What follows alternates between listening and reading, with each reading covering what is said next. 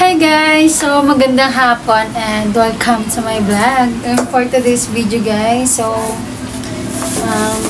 ako po ngayon ay mag-aayos ng mga pinamili galing sa guys. Kasi, magluluto na din po ako mamaya pagkatapos ko hugasan tong gulay. Kasi nga guys, may natululutuin kasi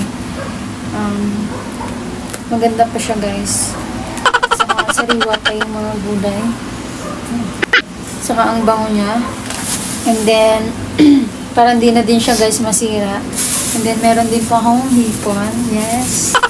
And my favorite, charot. And then guys, meron din po akong isda na dapat lulutuin na din ngayon para hindi din masira. Yan guys. Isda na din. Saka, meron din pong orange. Then guys, mangga. Meron din, pero wala akong alaman. Then Sprite para dun sa hipon. Pampalasa guys. So let's go guys. Maglinis muna ako.